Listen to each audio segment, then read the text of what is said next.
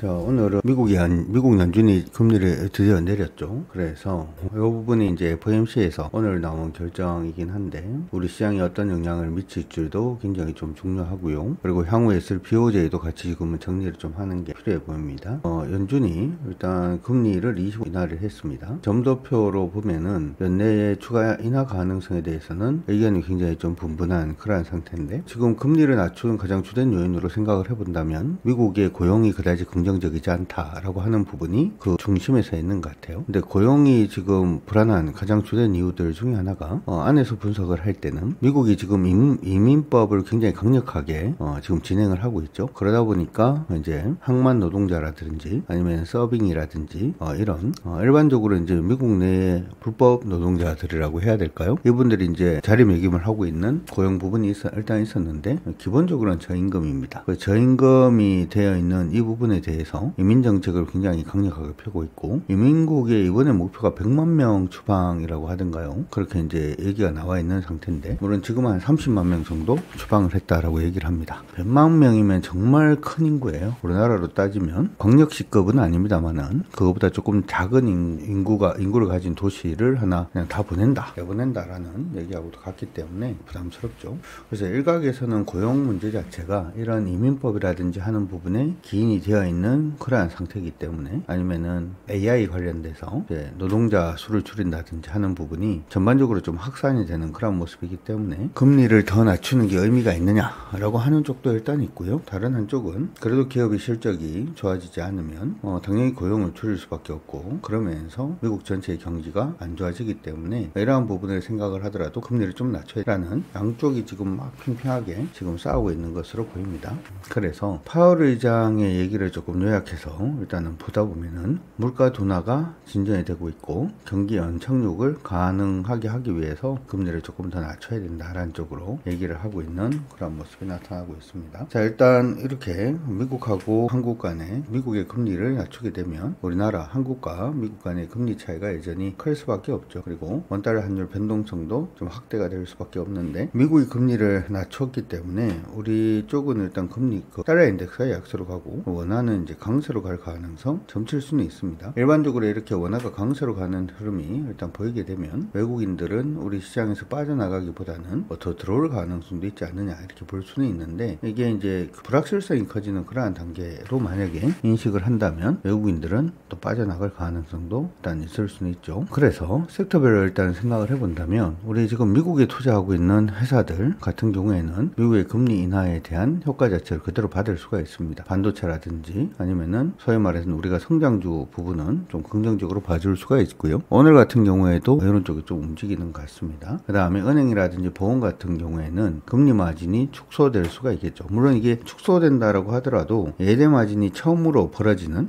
무슨 얘기냐면 금리를 낮추는 압박 자체가 은행주한테 들어오면 은행주들은 기본적으로 제일 먼저 낮추는 게 예금 금리를 먼저 낮춰요. 그러면 대출 금리는 이렇게 있잖아요. 그리고 나중에 대출 금리를 낮추거든요. 요 시차에 따른 예대 마진, 요게 어떻게 보면 은행주한테는 굉장히 중요할 수도 있습니다. 왜냐하면 은행주들은 대출 이자가 높아진다라고 해가지고 무조건 좋은 건 아닌 게, 이게 예금 금리 이자도 높아지고 대출 금리 이자도 높아지기 때문에, 그렇죠? 금리가 낮아지는 부분도 예금 금리가 낮아지고 대출 금리도 낮아지기 때문에 요 사이에 예대 마진 거의 뭐 비슷하게 움직일 수가 있죠. 그래서 금리가 움직이면은 일반적으로는 그 사이에 예대 마진을 노릴 수도 있습니다. 일단 기억은 해두시면 좋을 것 같습니다. 근데 지금 이제 FOMC 다음으로 바로 BOJ가 연기가 지금 되어 있죠. BOJ는 지금 현재 기준금리를 0.5%로 유지를 하고 있습니다. 근데 지금 BOJ 고위 인사들 중에서 부총재 같은 경우에는 일본이 인플레이션이 계속 진행이 되고 있고 임금 상승도 진행이 되고 있고 노동시장도 굉장히 타이트한 이러한 현상이 지금 이루어지고 있기 때문에 금리를 올려야 된다 이렇게 지금 얘기를 하고 있고요. 다만 이제 일부에서는 글로벌 경기가 조금 불확실해 보인다, 유럽 경기도 좀 애매하고 미국도 안 좋다라고 얘기를 하고 뭐 이런 식으로 되고 있고, 특히나 미국의 관세 부분의 영향까지도 생각을 해본다면 수요가 좀 부족해질 가능성이 높고, 그래서 지금은 금리를 높일 그러한 상황은 아니다. 얘들도 증거되면서 막 팽팽하게 좀 싸우고 있는 그러한 모습은 일단은 보이고 있습니다. BOJ에서도 이제 FOMC하고 FRB하고 비슷한 그런 모습을 일단은 보이고 있는데, 데이터 지표가 정책을 뒷받침하는지 확인한 후에 좀 움직이겠다. 금리 인상은 일단 가능하지만 언제 어느 정도를 할지는 아직까지 명확하지는 않다. 뭐 이렇게 지금 얘기는 나오고 있습니다. 물론 BOJ 좀 보게 되면 최근 식품 가격 상승이라든지 수입 물가 이런 쪽을 보자면 일본 내 인플레이션 압력이 굉장히 커져 있는 것도 일단 사실이고, 하지만 핵심 물가 목표치가 2%대를 계속 유지를 해준다면 일단은 좀 지켜보겠다 이렇게 지금 얘기를 하고 있습니다. 사실 일본 같은 경우에도 굉장히 부담스러운 부분이, 우리가 이제 걱정하는 건 이거잖아요. 미국이 금리를 낮추고 일본이 금리를 올려서 일본과 미국 사이의 금리 차 자체가 줄어들고, 두 번째는 일본이 금리를 높임으로 인해서 엔화가 강세로 가고 미국은 금리를 낮춤으로 인해서 달러 인덱스가 약세로 움직이면 이게 엔캐리 트레이드 자금이 청산될 가능성이 높다. 일본으로 자금이 유입된다 이렇게 봐줄 수가 있는데, 일본으로 자금이 유입되게 되면 엔화가 강세로 갑니다. 또 강세로 가게 되면서 예전에 그런 엔캐리 트레이딩 자금이 해소가 되던 그러한 시절에 토요타부터 시작해서 일본의 수출 기업들이 다 주가가 난리가 났었거든요. 그래서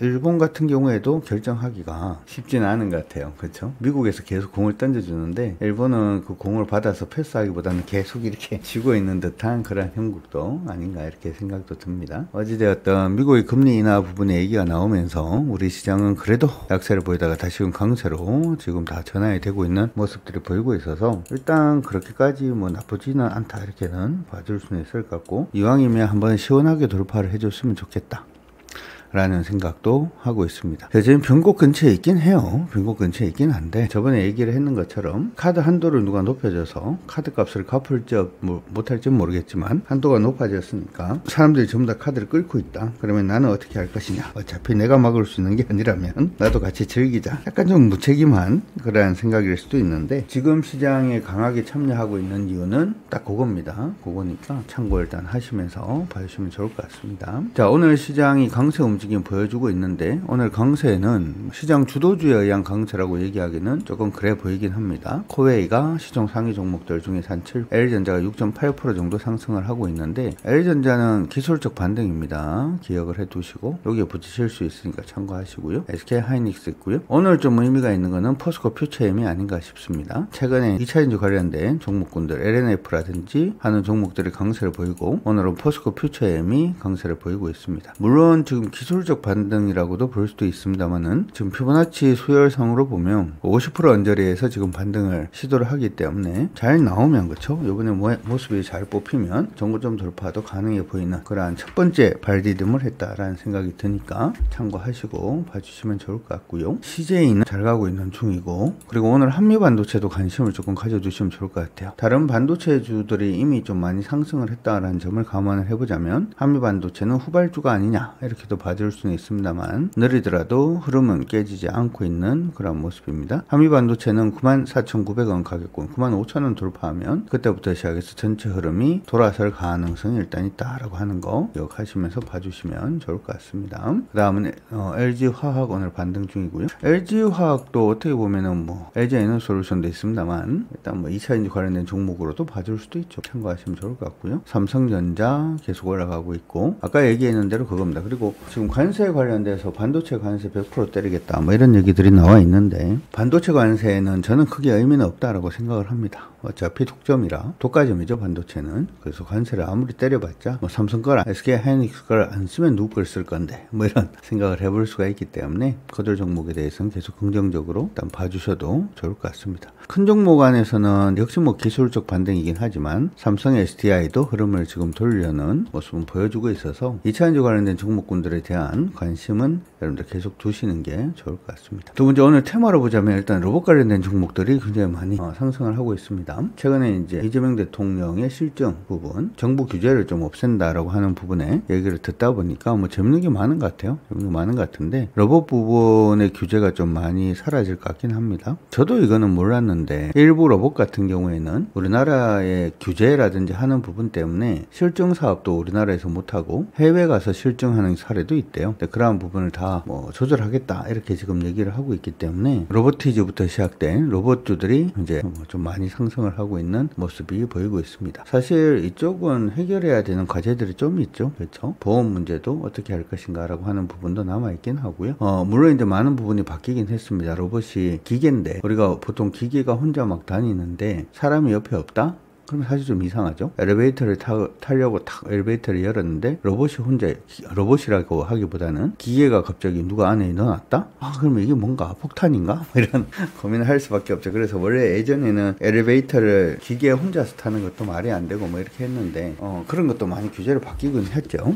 조금 더 규제를 바꾸면 진짜 로봇이 우리 옆에서 같이 일상생활에서 일을 하는 그런 모습도 보여주지 않을까 싶습니다. 로봇 관련된 종목군들 오늘 계속 강세 움직임 보여주고 있고요. 일부 반도체 관련된 종목군들은 아까 제가 한미 반도체가 약간 후발이다 이렇게 얘기를 했는데 이미 너무 달리고 있는 애들이 많아가지고 그쵸. 아직까지 로봇을 원래는 후발주를 사는 건 아닌데 아직까지 2차전지 부분에 손 못 대신 분들은 그렇게라도 한번 봐주시면 좋을 것 같습니다. 자, 시장 무너지기 전까지는 계속 갑니다. 아무리 마음이 불안한 그런 생각이 있다라고 하더라도 시장이 갈 때는 가는 시장 그대로 따라가면서 깎이면 팔아야지 하는 생각 정도 그냥 가져가는 걸로 이렇게 해주시면 좋을 것 같습니다. 여러분들 모두 화이팅입니다.